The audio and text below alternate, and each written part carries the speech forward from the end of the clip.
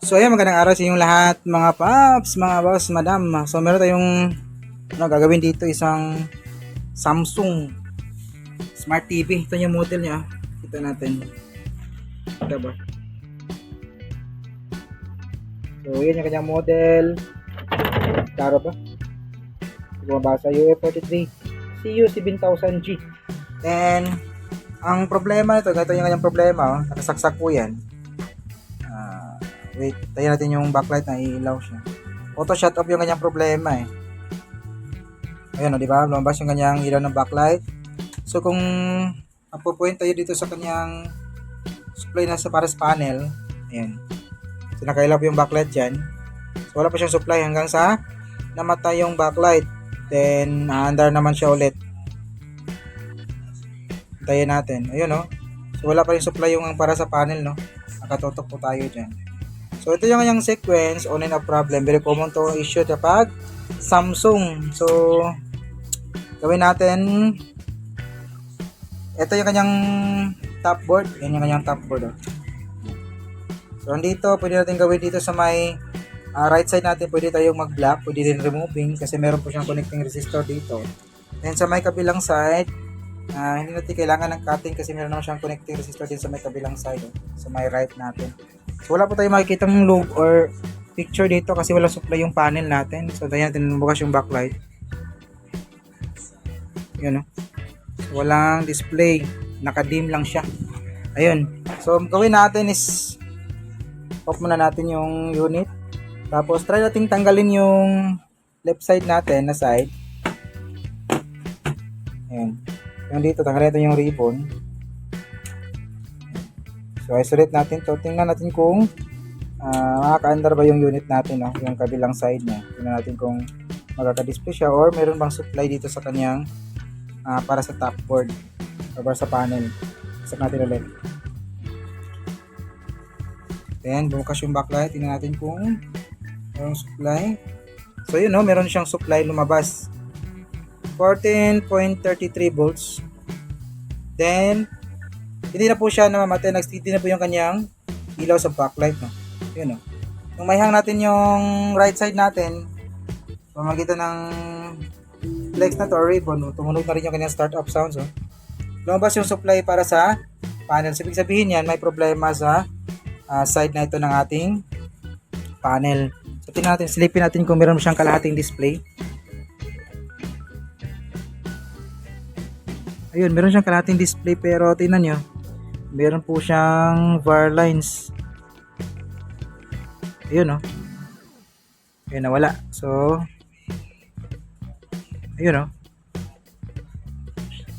So parang may problema din yung kabilang side. So pero at least na pa-display natin, meron siyang display kalahati, no? Okay yung kanyang kalahating display. Ayun.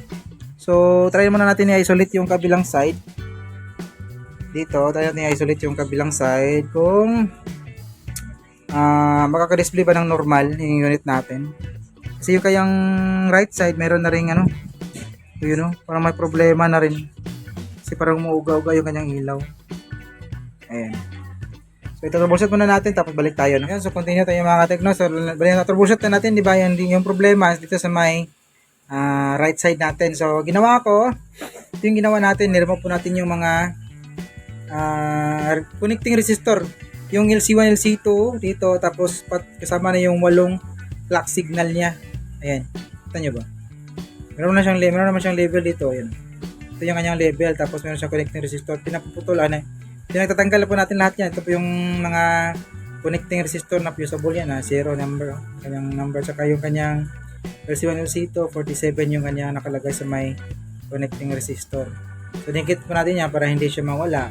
So nung matanggal natin dito yung LC1, LC2 at kasama ng mga clock, nag-display siya tulad nito. Ang problema, meron po siyang glitching. So ngayon okay na po siya kasi na-troubleshoot na natin. Nag-glitch yung kanyang screen, parang ganito. Ito na ba? Parang ganyan. Ayun. So medyo bother siya kapag nanonood ka, kaya merong glitching yung screen natin, parang ganyan. Ayan. So ginawa ko dito, tinanggal ko na lang yung LC1, LC2 sa may ano natin, tawag dito, sa may left side. So, ito po yung kanyang connecting resistor. Dito po yan banda. Ayan, dalawa. Tinanggal natin yan. So, nag-normal siya. Ito yung kanyang naging resulta. Oh. Ayan, nawala yung glitch. Nag-smooth yung kanyang screen. So, pwede pala yung ganitong paraan na wala ng LC2 or swapping voltage na makapasok sa may panel, no? Magdo-normal pala siya. So, depende pa rin sa panel yan kasi meron akong na-experience na repair. Home service yan. Ang problema, yung kabilang side na disable na natin.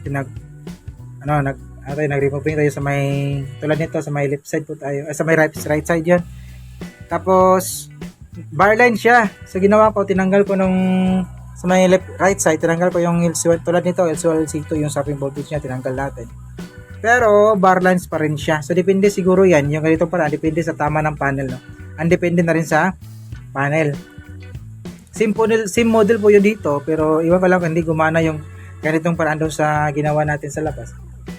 So, ngayon, dito, buti nagawa natin ng paraan, buti at gumana yung ganong technique, no?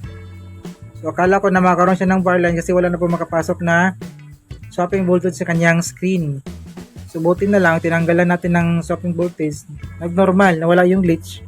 And, hindi na siya nagpo-protect. So, ang ginawa natin dito, ulitin ko lang.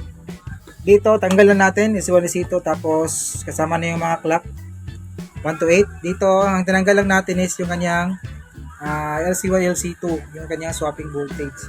So, ginawa ko, pinagdudugtong ko yung kanyang clock 1 to 8, tapos kinonect natin sa my ground. Ang problema, nagkakaroon na nun siya ng fine lines.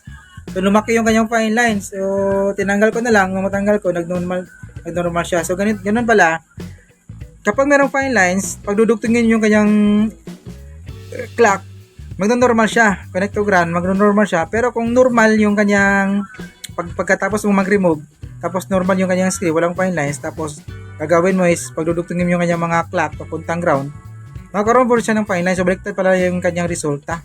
So, paano natin nasabi yan? Kasi experience na po natin eh. Marami na tayong mga ginagawa na ganyan. So, ganun yung resulta.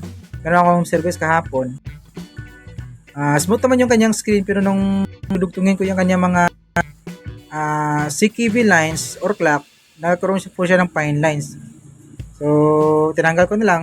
So, nagbalik normal yung kanyang linearity or kanyang fine lines. So, nag-smooth na siya.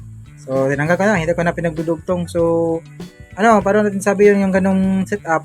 Kasi na-experience na rin natin. Ayan. So, okay na po yung unit natin. Bale, patitest pa natin ito ng mga mahabang oras para masiguro. Kasi, sa mga ganitong panel repair, hindi talaga garansya kung tatagal yung unit, no? Maliban na lang kung magpalit tayo ng panel kasi nga doon sa my service center, pag under warranty pa yung unit, pinapa-repair, pinapalitan ng buong screen. So, pagkatapos ng isang taon, nasisira na naman. So, yun nga, kahit brand new, nasisira. Yun pang nire-repair lang. Ayan. So, hanggang dito na yung video natin mga paps. And sana kahit paano may napo kayong listing ginawa ngayon.